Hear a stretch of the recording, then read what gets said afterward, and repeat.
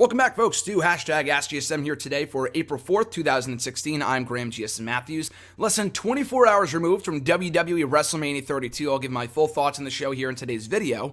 But in a nutshell, to get started here, I thoroughly enjoyed it. Not to say it was an amazing show or even a great show, but a lot of surprising finishes, for better or for worse. Some really good matches and some monumental moments. As a show, I enjoyed it. A draining experience, to say the least. Almost 7 hours of wrestling, from 5 o'clock Eastern time to almost midnight. So it was a long fucking night.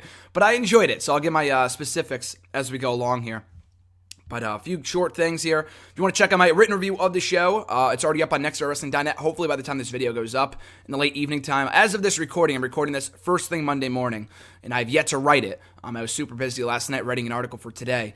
But it should be up if you want to check it out there in the description box down below. If you want to send in a question for this very video, be sure to tweet me on Twitter at WrestleRant with the hashtag AskGSM. Find me on Facebook, give the page an all thumbs up at facebook.com/gram.gsm.matthews. Leave a comment on the post I usually put up on Sunday nights, or the wall itself, or leave a comment on this very video. I'll be sure to include your question in next week's edition. So let's get started here. I do not have the questions right now on a full document. I've just been super busy since last night writing the article, and I have class in about an hour, so actually a little bit less than that, so the video might be shorter than usual. So I did not have time to put the questions in a document, but I have them all here on my socials and whatever. So starting from YouTube, Captain Sunshine, sacrifice one for the other, NXT or Lucha Underground? Great question. Probably NXT. I would sacrifice a Lucha. I think Lucha is consistently the more entertaining product, but NXT is so much fun. You know, I've been to NXT. NXT TakeOver Brooklyn was probably the greatest show I've ever been to, greatest wrestling show I've ever attended. And then just on the whole, I think it was just an amazing show. You know, an amazing reminder of why I love this shit so much. And I'll be going to NXT Louisville with RJ in a couple weeks, so I probably wouldn't be able to do that if I wasn't watching the product. So I probably would sacrifice Lucha, although it is the better show more consistently. NXT is just firing on all cylinders right now. TakeOver Dallas kind of swerved my opinion in terms of I probably would have gone with NXT anyway, but NXT TakeOver Dallas on Friday was definitely a solidifying factor in me choosing NXT over Lucha. Frankishire 15, who should John Cena feud with? That's the big question. I think he's clear to compete. You know, if you're listening to this after Raw, you would know better than I would. Maybe he's not.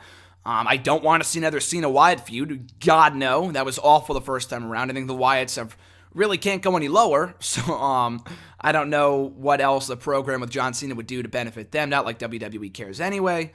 But what should he do going forward? Now, if Roman Reigns went heel last night, he could still tonight. Who knows? I don't think that's happening, but whatever. A Roman Cena feud would have been cool. Other than that, we really don't have any strong heels. What is he going to run through the League of Nations? You know, maybe he goes against Kalisto, wants back his U.S. Championship. That would be cool. I don't see how Kalisto wins that though. So I don't know how likely that is. I really don't know. I honestly really don't know. I was going up and down the roster last night for opponents for Roman Reigns, and even for John Cena. I mean, we have a lot of strong, good baby faces, or maybe not really so much Roman Reigns, but we have John Cena coming back, Dean Ambrose, and a couple of others. Brock Lesnar whenever he shows up, Undertaker, you know. So what do you do with John Cena? There's not that many strong heels. Like I said, the Wyatt family, losers. We have the League of Losers. Although they won last night, they're still losers.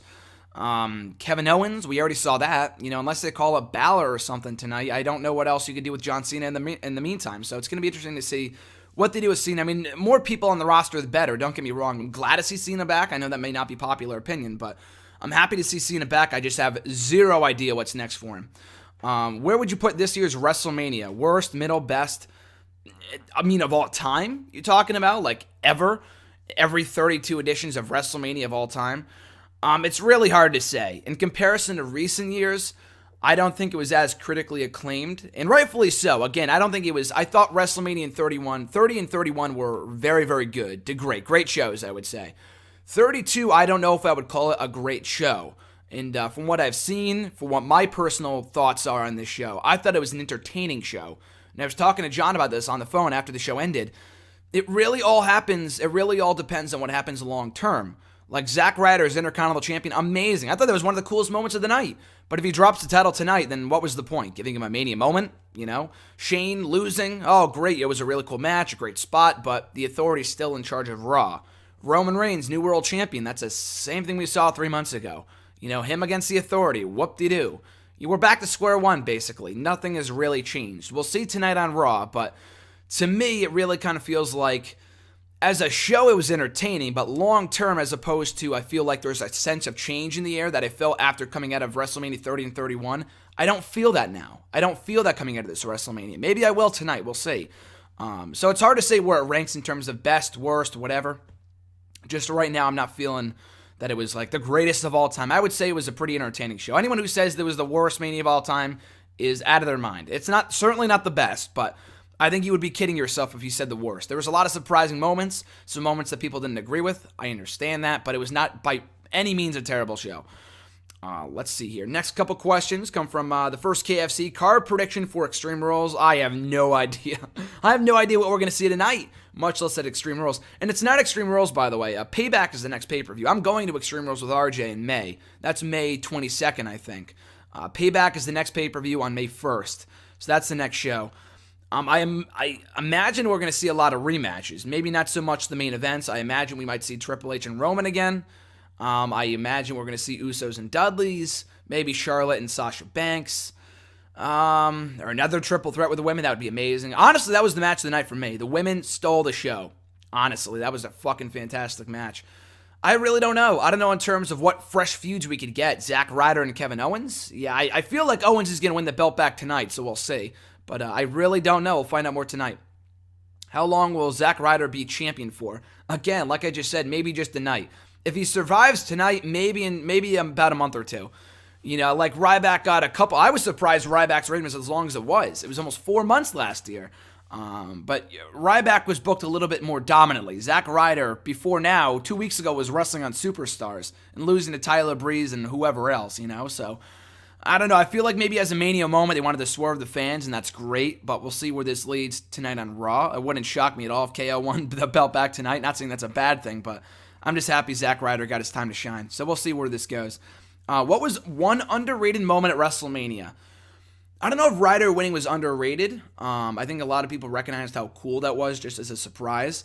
So maybe that. I think, by the end of the night, we're all talking about the Rock and Cena thing, how bad or good that was. It was either people loved it or they hated it. I didn't really see many in the middle of the road thoughts about it, so we'll see. But underrated moments for Mania.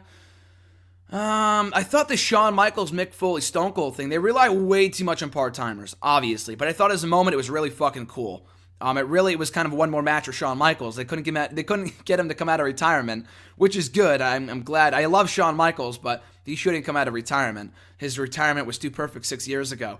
But that was essentially one more match for the Heartbreak Kid, which was really cool to see. Mick Foley doing his thing.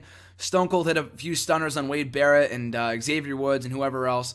So that was really fucking cool. So I would say that was underrated just because it took place in the first hour or two of the show, and then people kind of maybe not forgot about it, but by 5 hours in, people were kind of thinking about the main event, the big bump that Shane took, all that kind of stuff. But I'd probably say that was an underrated moment. So we'll move forward to the Facebook questions here. First from Cody Collier, Cody C. What do you think of the new WWE Women's Championship, and what do you think is next for Charlotte? I really like the new title. I didn't see as much backlash in the belt as I thought I would, which is great.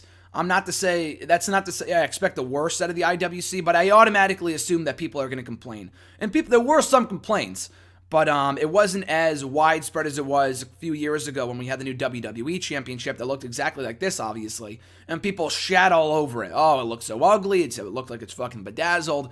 Look, people, it's a lot better than the spinner belt. In my opinion, maybe you disagree, but I thought that belt looked like a fucking toy, as does this one a little bit, but it's a lot better than what we had before. And this is a massive, massive, massive improvement over that goddamn stupid-ass butterfly belt. So I'm glad we have this new championship. The fact that we have a new title at all is amazing. Hopefully this, means new things for the women's division in WWE. What do I think is next for Charlotte? I said this to a few people last night. If Bayley comes out tonight, I would love to see that. I wouldn't be shocked that they kept her down in NXT a little while longer to do the rematch with Asuka for the championship. But, even when Sasha lost the belt in Brooklyn and they did the rematch in October, by that point, she was already in the main roster for about 3 or 4 months. I don't think she was working NXT live events, but she was still in NXT a little bit, So, it wouldn't be completely out of the question for Bayley to get called up tonight and to have Charlotte say, "Oh, I've beaten everyone. I'm the greatest Divas Women's Champion of all time. Dun, dun, da, da, da, da, dun, dun. Out comes Bayley. You get that match at Extreme Rules or Payback, like I said. I don't know what you do with Sasha or Becky in the meantime. They will be back in the title picture at some point. If not that, then Charlotte versus Sasha. But my dream scenario is Bayley gets called up tonight, and we get that match the next pay-per-view. Mark S. has got a couple questions here. First one being, who are possible future opponents for Finn Balor? John Cena, and basically anybody. You know, anyone against Finn Balor is going to be fucking cool. A lot like Shinsuke Nakamura versus anyone is going to be cool. Kevin Owens versus anybody is going to be cool. Same thing with AJ Styles. Finn Balor is no different. The guy's going to be a total star when he gets called up. It could be tonight. You know, I made the bold prediction last year that Finn Balor gets called up the night after WrestleMania, and I very well could be correct. We'll see. I could be wrong, but I might be right too, so we'll see. But in terms of future possible opponents, Undertaker would be cool. I'm not counting on that. The Demon versus the Dead Man would be fucking awesome. I'm not counting on it. Like I said, John Cena, I think, is the ultimate dream match. Him versus AJ, him versus Seth Rollins. Give me a break. You know, all those matches I feel like would be big money matches for Finn Balor down the line. What did you think of the use of the WWE legends at WrestleMania? Like I said, they rely at this point way too much on the part-timers because long term it does nothing. As a moment, it's fucking cool. But beyond that, it's a moment. You know, it does nothing for League of Nations. Tomorrow night on Raw, or tonight on Raw, basically, we're back to League of Nations versus New Day. Those legends won't be around, so I thought it was a cool moment. Long term, it does nothing, but I thought the use of the legends was really good. The Rock's, use I thought was fine. I thought if he was just going to go out there and announce the attendance, I thought that was going to be a big disappointment. But the thing with the Wyatts, they buried the Wyatts. I mean, at this point, the Wyatts are dead. The Wyatts have been dead for a while. We said this weeks ago. We said this a while ago. That didn't bother me. I thought it was entertaining just because the Wyatts are so far buried. I've lost all hope, honestly. So anyway, at this point, the WWE legends, Mick Foley, Stone Cold, Shawn Michaels, even Rock, that it was a good use of all those guys, especially the first three. I thought that was a really cool use of those guys. Get in their spots, get their moment. Crowd goes crazy for the Texans, Shawn Michaels and Stone Cold Steve Austin. And Mick Foley gets one more, little spot to shine. So good shit. I liked it. What was your favorite match at WrestleMania? Probably the women's match. I really liked the ladder match. Probably the women's match. I also really liked AJ and Jericho. I liked that match a lot. But I think the best match tonight / my favorite match would be the women's match. That was just incredible. Greatest women's match in WrestleMania history, obviously, but probably the greatest women's match on the main roster to date. I don't think that's really much of a stretch, is it? But yeah, it has to be the women's match. How would you rate each member of the Wyatt family? Good question. I mean, it has to be, at this point, Luke Harper is out, so do we count him? But if we do, I'll throw him in there anyway. Bray Wyatt 1, Luke Harper 2, Eric Rowan 3, Braun Strowman 4. Rowan is not good, but he's still better than Strowman, so I would have to rate them that way. It's not really that hard, I guess. And his final question, what did you think of what do you think the next feud could be, or steps for Chris Jericho, and what do you think of him as a heel? I was surprised that he won. I wasn't pissed, because 1, the match was entertaining enough where it didn't really matter, and 2, we could see the feud continue.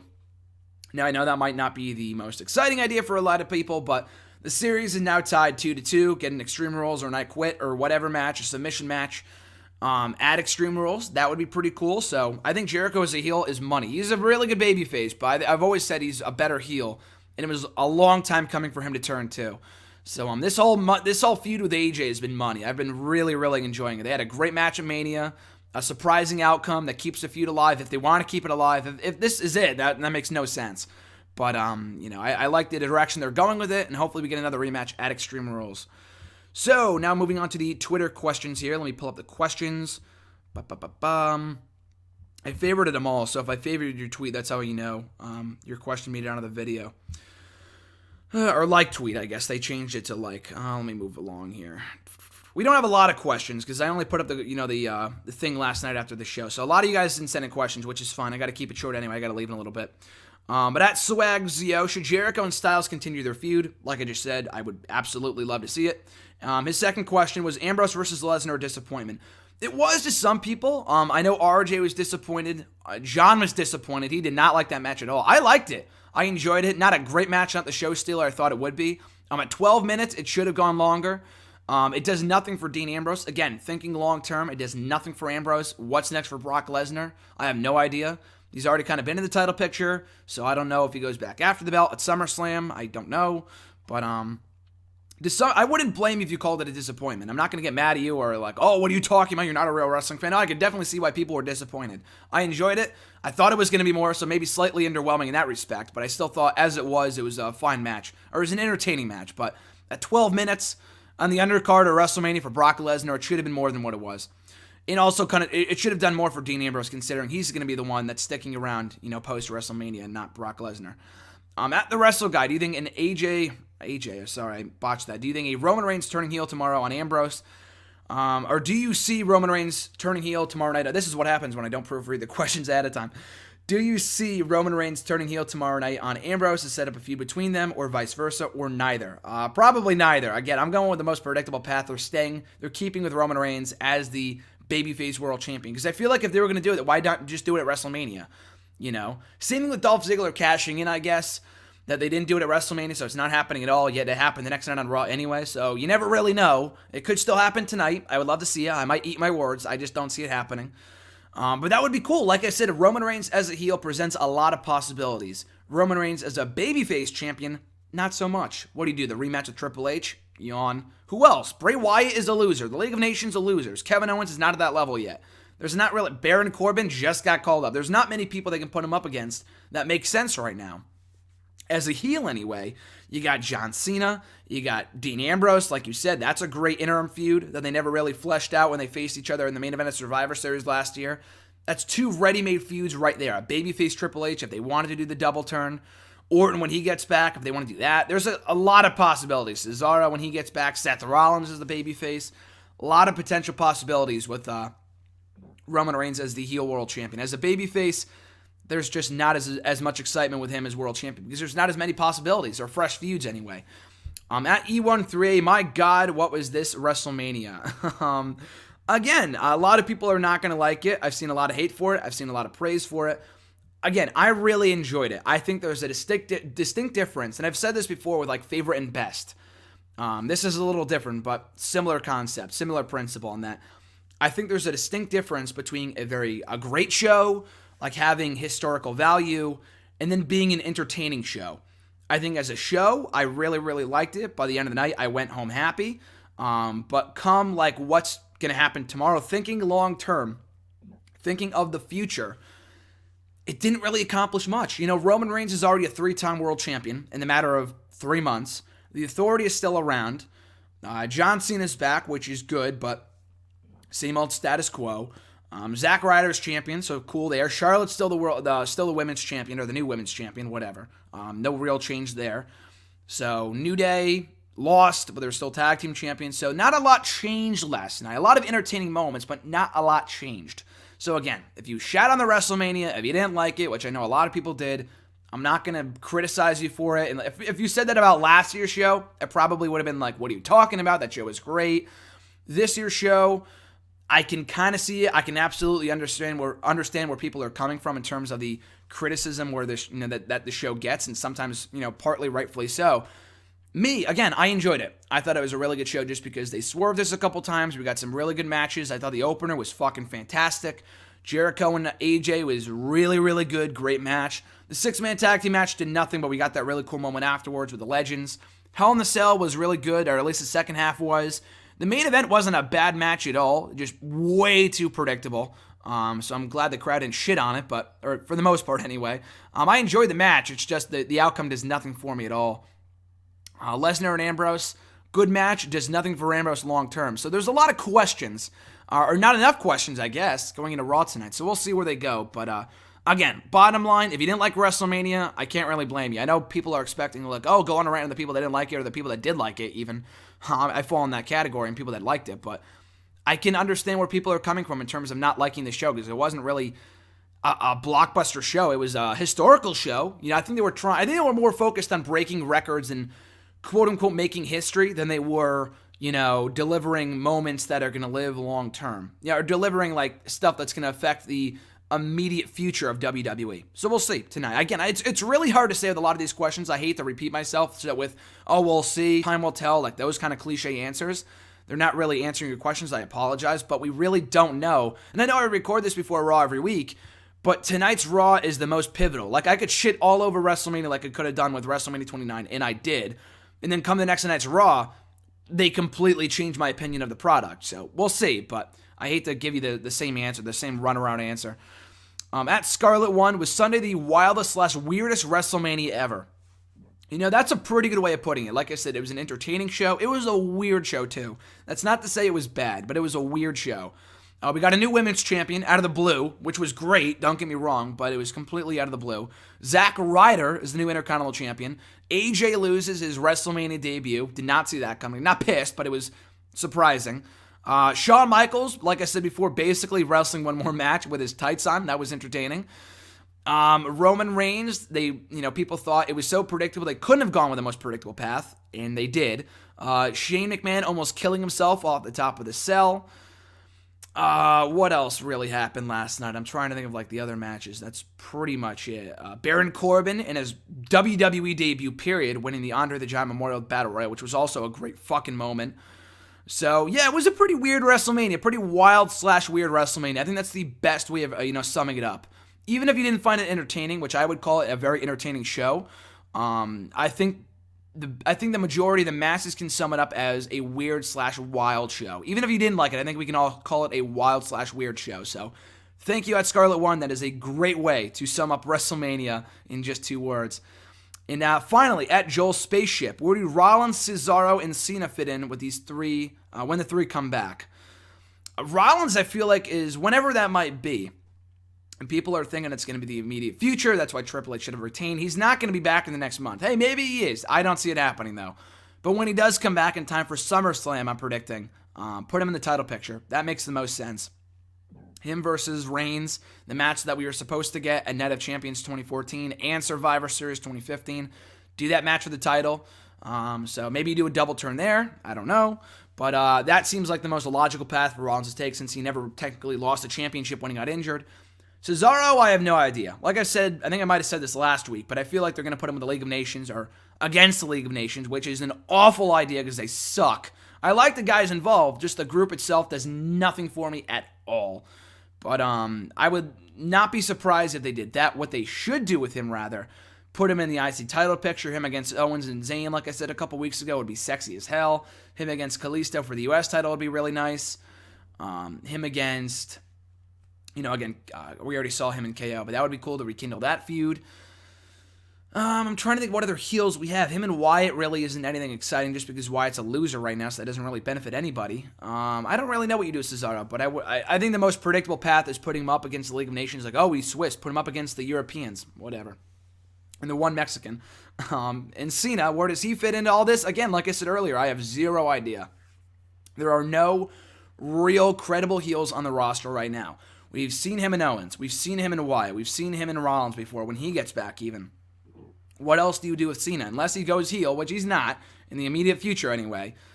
Him against Reigns would have been cool, and maybe they could still do that match with 2 baby faces, but him and Ryback again? Nah, I don't think so. I really don't know. I honestly really do not know what you do with John Cena when he comes back. I imagine he's going to be back tonight.